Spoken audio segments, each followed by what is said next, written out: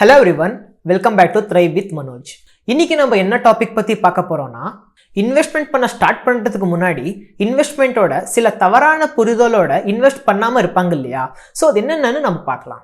First, ரொம்ப பேர் investment பண்றது அதிகமான பணம் இருக்கிறவங்க மட்டும்தான் இன்வெஸ்ட் பண்ண முடியும்னு நினைச்சிட்டு இன்வெஸ்ட் பண்ணாம இருக்காங்க. நம்ம இன்வெஸ்ட் பண்ண அதிகமான பணம் இருந்தாதான் இன்வெஸ்ட் பண்ண முடியும்னு இல்லை.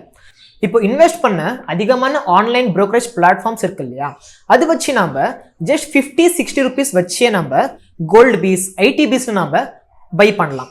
அதே மாதிரி மியூச்சுவல் ஃபண்ட் கூட 100 ருபீஸ் ஆர் 500 ருபீஸ் இந்த ஸ்டார்ட் ஆகுது. ஸோ இது வச்சு நம்ம என்ன புரிஞ்சுக்கணும்னா ஜஸ்ட் 50, 100, 500 வச்சு நம்ம இன்வெஸ்ட்மெண்ட் ஜெர்னியை நம்ம ஸ்டார்ட் பண்ணலாம். அதிகமான பணம் இருந்தால் தான் இன்வெஸ்ட் பண்ண முடியுன்றது இல்லை. எக்ஸாம்பிளுக்கு எந்தெந்த index funds just 100 or 500 start ஆகுதுன்னு நான் டிஸ்பிளேல போடுறேன், செக் பண்ணிக்கோங்க. ரெண்டாவது, இன்வெஸ்ட்மெண்ட்னாவே ரொம்ப அதிகமான ரிஸ்க்னு நினச்சிட்டு இருக்காங்க. இப்போ நம்ம எந்த இன்வெஸ்ட்மெண்ட் பண்ண போறோம்னாலும் அதுக்கான ஒரு ரிஸ்க் இருந்தே இருக்கும். ஆனா அதை நம்ம எப்படி மேனேஜ் பண்றது பொறுத்து தான் இருக்கு. இப்போ இங்க ஃபார் எக்ஸாம்பிளுக்கு நம்ம டைவர்சிஃபிகேஷனை கன்சிடர் பண்ணிக்கலாம். இப்போ நம்ம ஒரே விஷயத்துல இன்வெஸ்ட் பண்ணாம நம்ம இன்வெஸ்ட்மெண்ட்டோட அமௌண்ட்டை எல்லா அசெட்ஸ்லும் பிரிச்சு இன்வெஸ்ட் பண்றது வச்சுக்கலாம். இப்போ for example ETF, mutual funds, ஸ்டாக்ஸ்னு நம்ம இன்வெஸ்ட்மெண்ட் அமௌண்ட்டை பிரிச்சு இன்வெஸ்ட் பண்றதால நம்ம ரிஸ்க் குறைக்க முடியும். அதே மாதிரி இன்வெஸ்ட் பண்றதுக்கு முன்னாடி நம்ம எதுல இன்வெஸ்ட் பண்றோம்னு அதோட நாலேஜ் நம்மளுக்கு ரொம்ப இம்பார்ட்டன்ட். இப்போ நாலேஜ் வச்சு நம்ம இன்வெஸ்ட் பண்ணுறதால நம்ம எங்கே இன்வெஸ்ட் பண்ணுறோம் அதோட ரிஸ்க் என்ன நம்மளுக்கு புரிஞ்சு நம்ம இன்வெஸ்ட் பண்ணிக்கலாம். அதனால இன்வெஸ்ட் பண்ணுறதுனாலே ரொம்ப ரிஸ்க் அதிகம்னு இன்வெஸ்ட் பண்ணாமல் இருக்காதீங்க. இப்போ எங்கே இன்வெஸ்ட் பண்ணணும்னு நீங்கள் நினைக்கிறீங்களோ அதை பற்றி புரிஞ்சு இன்வெஸ்ட் பண்ண ஸ்டார்ட் பண்ணுங்க.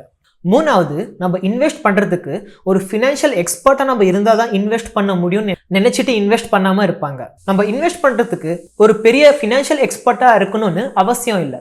இப்போ ஆன்லைன்லேயே அதிகமான வீடியோஸ் அண்ட் இன்வெஸ்ட்மெண்ட்ஸ் பற்றி சில ஆர்டிகல்ஸ் எல்லாம் இருக்கு. நம்ம ஆன்லைனில் ரெஃபர் பண்ணிட்டு அதை பற்றி இன்ஃபர்மேஷன் கேதர் பண்ணி நம்ம இன்வெஸ்ட் பண்ண ஸ்டார்ட் பண்ணலாம். இப்போ நீங்கள் ஏதாவது ஒரு அசெட் கிளாஸ் மேலே இன்வெஸ்ட் பண்ணணும்னு டிசைட் பண்ணால் அதை பற்றி ஆன்லைனில் ஃபுல்லாக ரிசர்ச் பண்ணுங்க, அதை பற்றி தெரிஞ்சுக்கோங்க. தெரிஞ்சுட்டு ஸ்மால் அமௌண்ட் வந்து ஸ்டார்ட் பண்ணுங்க. இப்போ நம்ம ஸ்மால் அமௌண்ட் வந்து ஸ்டார்ட் பண்ணுறதால தான் நம்ம போக போக அதோட ஃபுல் அண்டர்ஸ்டாண்டிங் நம்மளுக்கு கிடைக்கும். அதே மாதிரி ஸ்மால் இன்வெஸ்ட்மெண்ட் நம்ம ஸ்டார்ட் பண்ணி இன்வெஸ்ட் பண்ண நம்மளுக்கு கம்ப்ளீட்டாக அதோட அண்டர்ஸ்டாண்டிங் வரத்துக்கும் வாய்ப்பு இருக்கு. அதனால நீங்கள் ஒரு பெரிய ஃபினான்ஷியல் எக்ஸ்பர்ட்டாக இல்லைனாலும் பரவாயில்ல, அந்த அசெட் கிளாஸை புரிஞ்சுட்டு இன்வெஸ்ட் பண்ண ட்ரை பண்ணுங்க. நாலாவது தவறான புரிதல் என்ன இருக்குன்னா, ஸ்டாக் மார்க்கெட் ஆர் இன்வெஸ்டிங்ன்றது ஒரு சூதாட்டம்னு நினச்சிக்கிறாங்க.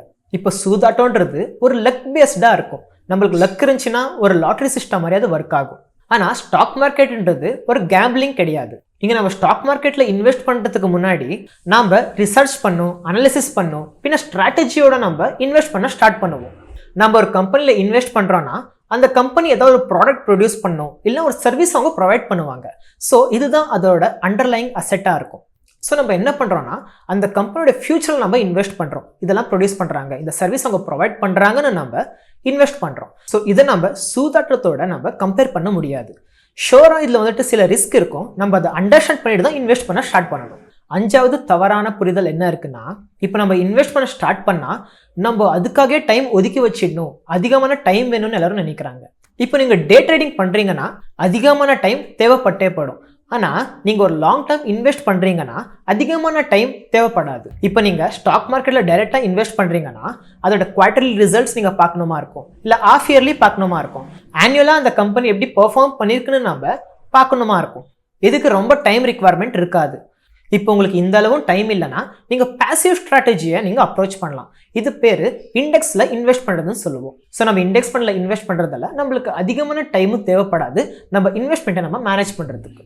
உங்கள் இன்வெஸ்ட்மெண்ட்டை எப்பவுமே அனலைஸ் பண்ணிகிட்டே இருக்க முடியாதுன்னா நீங்கள் இண்டெக்ஸ் ஃபண்டில் இன்வெஸ்ட் பண்ணுறது தான் பெஸ்ட் ஆப்ஷன். டைம் இல்லைன்னு இன்வெஸ்ட் பண்ணாமல் இருக்காதீங்க. அதுக்கப்புறம் ஃபைனலாக நீங்கள் இன்வெஸ்ட் பண்ணணும்னு டிசைட் பண்ணால் உங்களுக்கு எந்த அசெட்டில் ரொம்ப புரிதல் இருக்கோ, இப்போ உங்களுக்கு ஸ்டாக் மார்க்கெட்டில் இன்வெஸ்ட் பண்ணுறப்போ எந்த இண்டஸ்ட்ரி நீங்கள் அதிகமாக புரிஞ்சுப்பீங்களோ அது மேலே இன்வெஸ்ட் பண்ண ட்ரை பண்ணுங்கள்.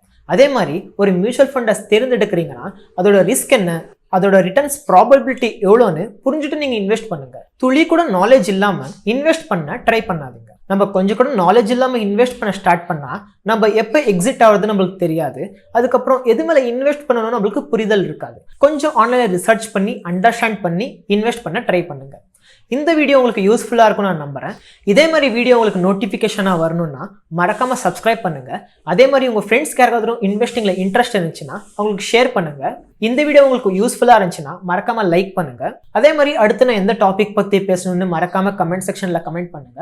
தேங்க்யூ ஸோ மச் ஃபார் வாட்சிங்.